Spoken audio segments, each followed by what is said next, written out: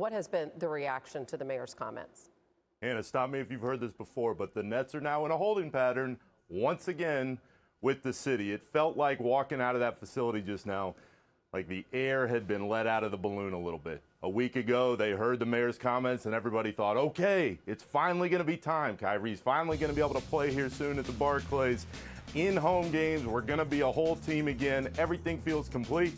And people started to hear those quotes today, and those filtered through the building, and everyone kind of went, oh no, here we go again. So there's still hope that this gets resolved before the playoffs, that something can change.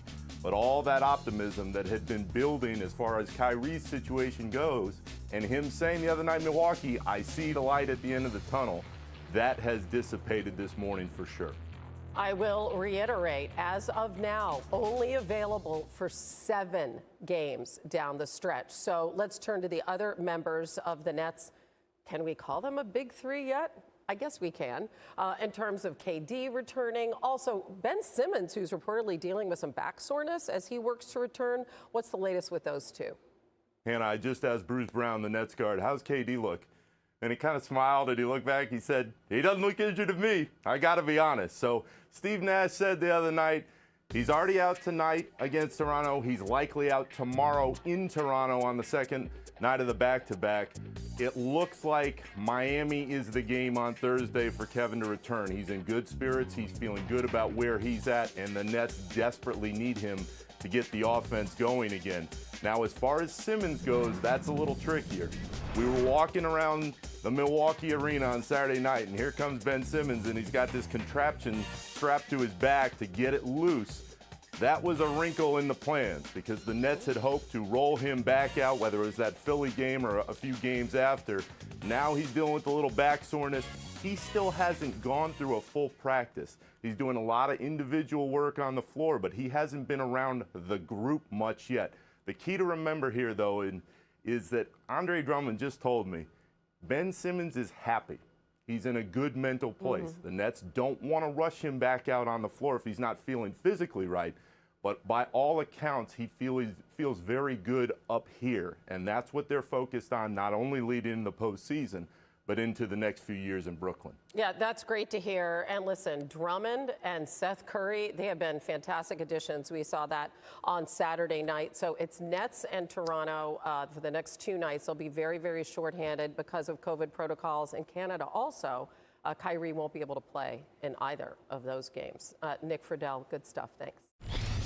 And when will KD return? Maybe this is a bit better news. Nursing that sprained MCL, last played on the 15th of January, and Steve Nash said Saturday his return will happen at some point this week. Nick Friedell has all the latest from the Nets. The Nets have already ruled Kevin Durant out for Monday's game against the Raptors, and Steve Nash said it was likely he would also miss Tuesday's game in Toronto. That means all signs are pointing to Durant's return coming Thursday against the Heat, and it can't come soon enough for Brooklyn.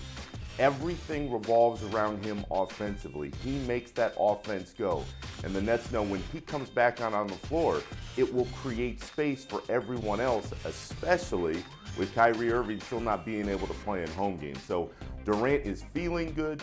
By all accounts, he's looking good in the practices he's getting in the workouts, but the Nets are being very cautious because they want to continue to ramp him up, not only for what's coming in the next week, but of course, what they hope is a long postseason run over the next few months.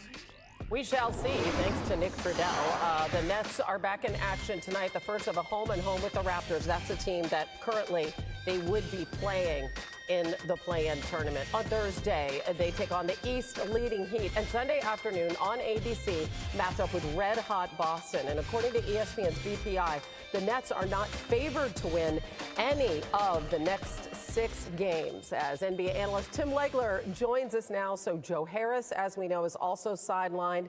The Nets do have Seth Curry and Andre Drummond from that Sixers trade, both of whom were really key in a win against the Bucks on Saturday night.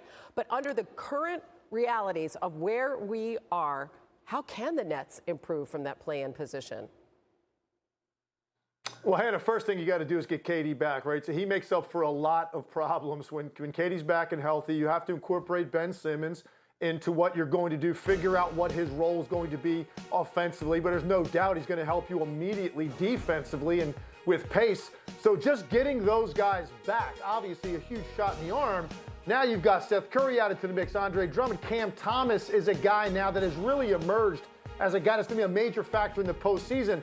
But when you start to look at where they are right now and where they need to be, it's hard to say where you need to end up to get out of the first round because you don't know how the top of the East is going to play out in terms of seeding. But the one thing that is important, Hannah, they need to get out of the play-in because in a play-in situation, foul trouble, an injury, a bad call, anything can go against you in a one-and-done situation, and you're going home. So you want to avoid that. Well, how do you get to 6? You win the games against the teams ahead of you. You saw that graphic. 5 of the next 6 against teams ahead of them in the East, but more importantly, 3 out of the next 4 are against Toronto and Boston.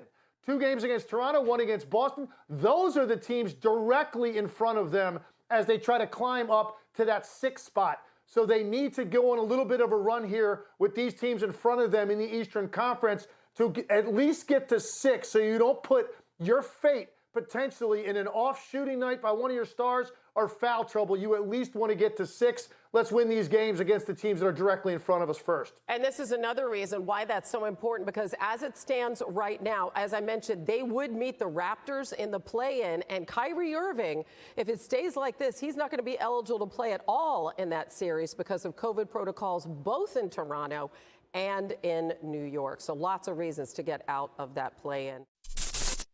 Thanks for watching ESPN on YouTube. For live streaming sports and premium content, subscribe to ESPN+.